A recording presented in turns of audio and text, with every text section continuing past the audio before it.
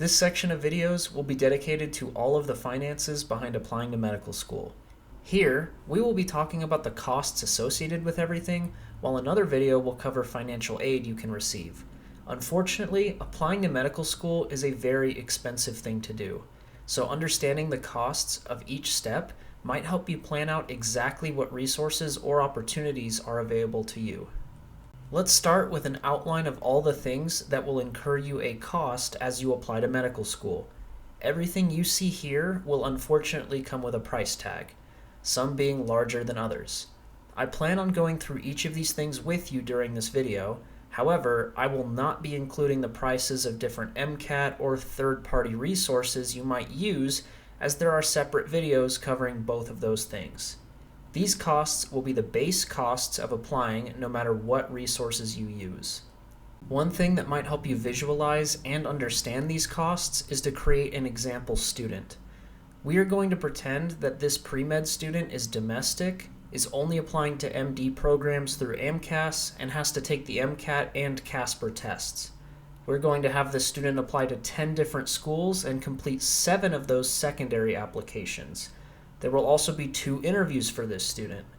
As this video goes on, there will be a running total in the bottom right-hand corner of all the costs that this student incurs during the application process. Hopefully, this will give you an idea of how these costs can add up pretty quickly and why you should be mindful of how you handle your own application. Additionally, keep in mind that the costs shown in this video might vary slightly from year to year, but overall these costs are a safe estimation. Let's start with the MCAT. To register for the MCAT, you will have to pay somewhere around $350 depending on how close to test day it is. Since our student is domestic, there won't be an international cost. However, if you are an international student, expect to pay an additional $115 to register for the MCAT. And like I said earlier, I won't cover the cost of MCAT prep here since I go over that in another video, but it could honestly range anywhere from $0 to thousands of dollars, which can change the total cost number in this video substantially. Moving on to the primary application itself, these costs will largely depend on which application service you are using. For example, our student applying to AMCAS will need to pay $175 for the first school and an additional $45 for each school after that. However, compare that to something like TMDSAS, where there is only a one-time flat fee. Our student, however, has now racked up a cost of $930 after applying to 10 schools. This might be one of those sections where you want to think strategically about applying to a certain number of schools. If you are a Texas resident, you might as well send in your primary application to all of the Texas schools since there is no additional cost for doing so. But if you are using either AMCAS or AA COMAS, you will need to be mindful of how many schools your wallet can handle. Any miscellaneous exams like the CASPER or the Preview will also come with a price tag. CASPER has a base testing fee that includes the cost of sending it to up to 7 of your schools.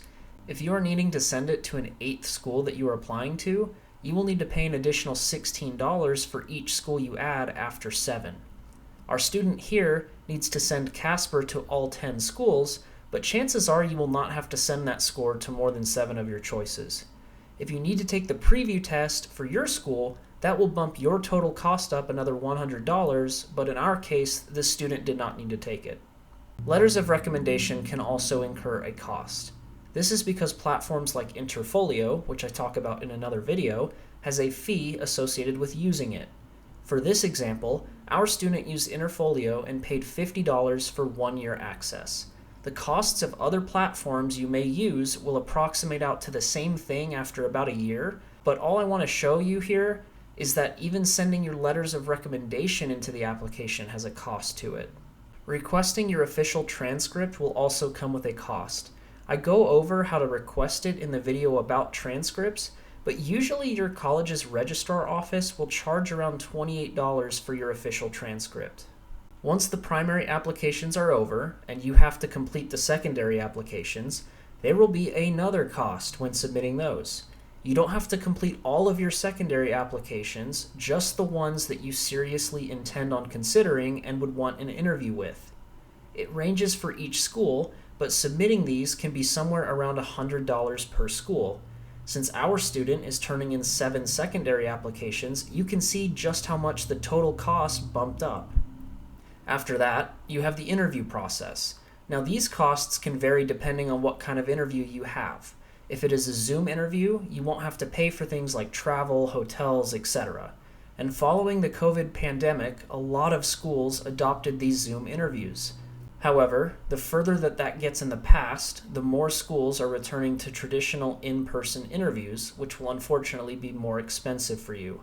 You will also need nice clothes for interview day, so if you don't have some already, that's another cost you have to worry about. For this example, we are pretending that our student had 1 Zoom and 1 in-person interview. Each interview, if you have to travel, will end up being a few $100s if you budget well, so I've added a few $100s to the running total. If you are lucky and get the opportunity to interview somewhere locally, you obviously won't have to pay as much for that. And just like that, after completing the interview process, our student has racked up a $2,000 bill. This doesn't even include things like MCAT prep, third-party resources, or even the cost of medical school itself. Speaking of which, I do want to quickly mention the cost of medical school. I talk extensively about this during the financial aid video, but I wanted to show you just a few stats on the overall cost of medical school and how it has increased over the years. These are very daunting numbers, and I don't blame you for getting stressed about this. But it is better than being blindsided further down the road. Most medical students will unfortunately be in debt for a very long time following completion of medical school, mostly because of how crazy these costs are. However, the lucrative wages associated with being an attending definitely helps pay off these incredible costs you will have to incur. All of that being said, those are not problems you need to worry about right now. For now, you need to just focus on applying to medical school and thinking about what those costs will look like. Handling the costs of medical school itself comes later.